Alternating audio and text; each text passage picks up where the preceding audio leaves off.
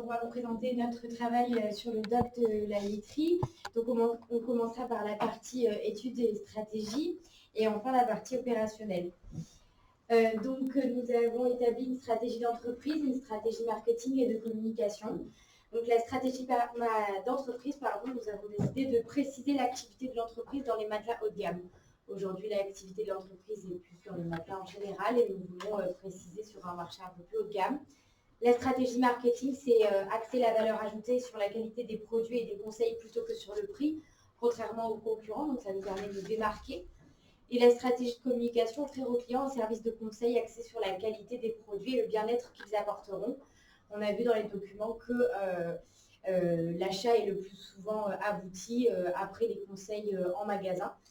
Donc notre stratégie de communication, elle passe en grande partie par les conseillers qui sont les mieux placés pour parler de leurs produits. Donc ensuite, pour la méthodologie d'étude, donc connaître les freins et motivations de nos clients, on a décidé tout d'abord de faire un focus group. Dans cette optique de viser le haut de gamme, on pense que c'est bien. Enfin, les clients aiment être considérés, donc un focus group, leur permet d'être considérés, et puis ça permet d'avoir une recherche plus qualitative, puisqu'ils pourront parler entre eux, et donc les questions seront plus développées. Donc on aura deux groupes, des personnes ayant déjà acheté chez les docs de la laiterie et des personnes ayant fait un devis mais jamais converti. Donc ça permet de connaître les différentes motivations et freins pour ceux qui vont acheter ou pas. Et donc identifier les freins sur l'achat sur le site, donc pourquoi ils achètent plutôt sur le magasin et sur le site, et les motivations à venir en magasin, et également identifier les besoins spécifiques d'accompagnement, donc pour ensuite adapter justement notre communication en magasin.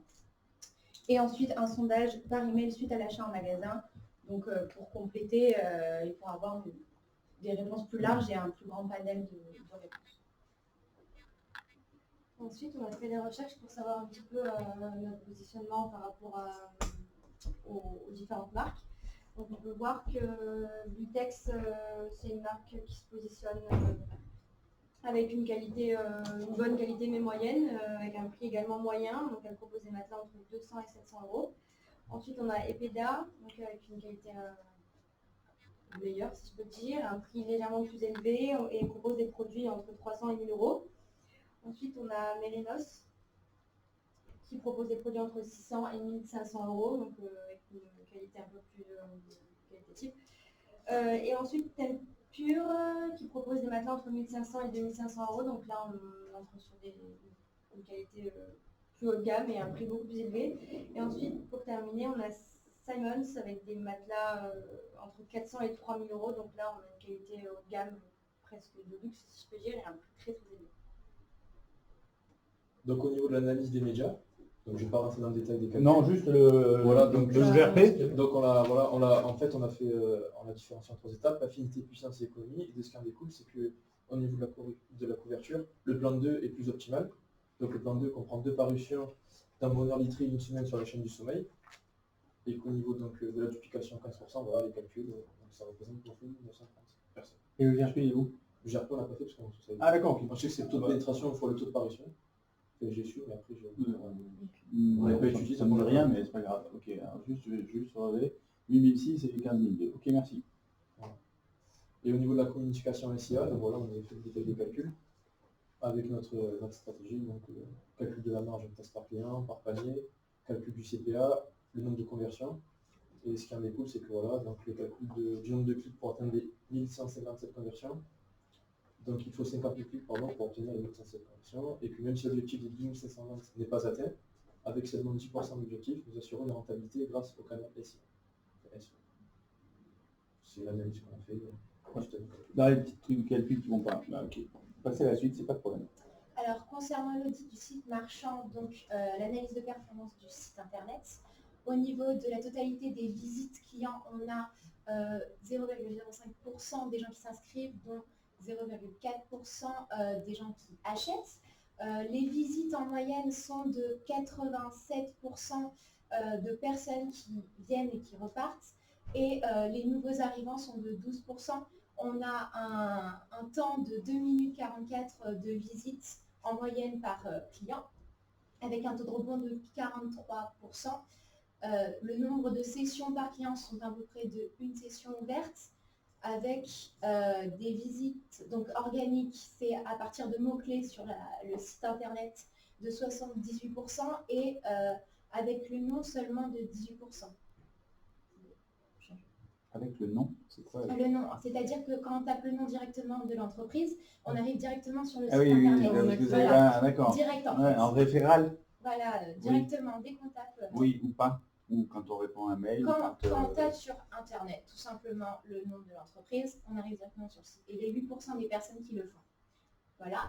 Donc au niveau des problèmes rencontrés, on a un temps de charge de 5 secondes sur la page principale, ce qui est assez long. 70% des personnes qui s'inscrivent sont bloquées à un moment dans les étapes d'inscription. On a 318 achats en ligne contre 4000 en magasin, ce qui est important. Donc c'est donc important de garder le rapport client et vendeur réel. On va avoir 75% donc 75% des inscrits qui vont aboutir à un achat. Donc c'est un chiffre important parce qu'on voit que la majorité des personnes qui s'inscrivent vont aboutir à un achat. Donc on a constaté aussi que la mise à jour de 2018 du site, les résultats étaient plus ou moins équivalents à l'année 2017. Et enfin, sur 25 000 personnes qui visitent la page produit, on a 7% des personnes qui mettent dans le panier et seulement 3% qui aboutissent à un achat. Voilà.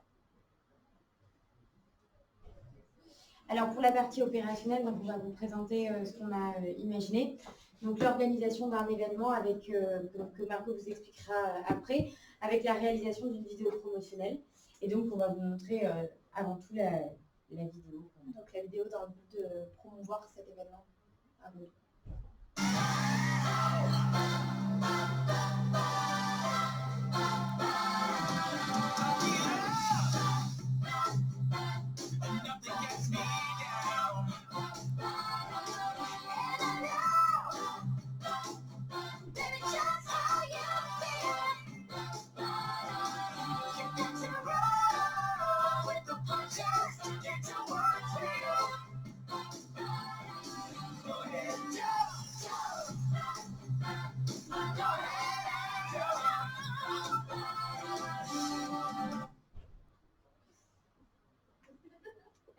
Vous avez tourné ça. Dans votre chambre. Vous avez une grande chambre. Donc on l'a On vu très bien aussi du coup. la vidéo promotionnelle. C'est vous qui avez écrit la chanson? Incroyable. Du coup, c'est un exemple de ce qui peut être réalisé. Bon, on a fait le montage quand même, mais bon, c'est un exemple. Et du coup, la réalisation après, ça serait, vous avez les budgets avec engager la troupe de danse. Et après, on partagerait sur les réseaux sociaux pour inviter les personnes À venir voir le groupe de danse en magasin. Et du coup, pour l'organisation de l'événement, donc le traiteur, 2 hôtesses d'accueil, des gérants de sécurité et la troupe de danse qui serait présente du coup, parce que le but c'est aussi que les clients puissent revoir en live. Et du coup, un email d'invitation, donc c'est simplement la création d'un template qu'on ferait facturer, et après l'envoi peut se faire directement sur des boîtes Facebook sans problème et sans facturation. Sur quoi? Sur des boîtes mail classiques. Ah ouais. Je le fais au travail. Et donc ça, c'est des exemples de devis de traiteurs, d'hôtesses d'accueil. C'est tout. 9 minutes, ok. Parfait.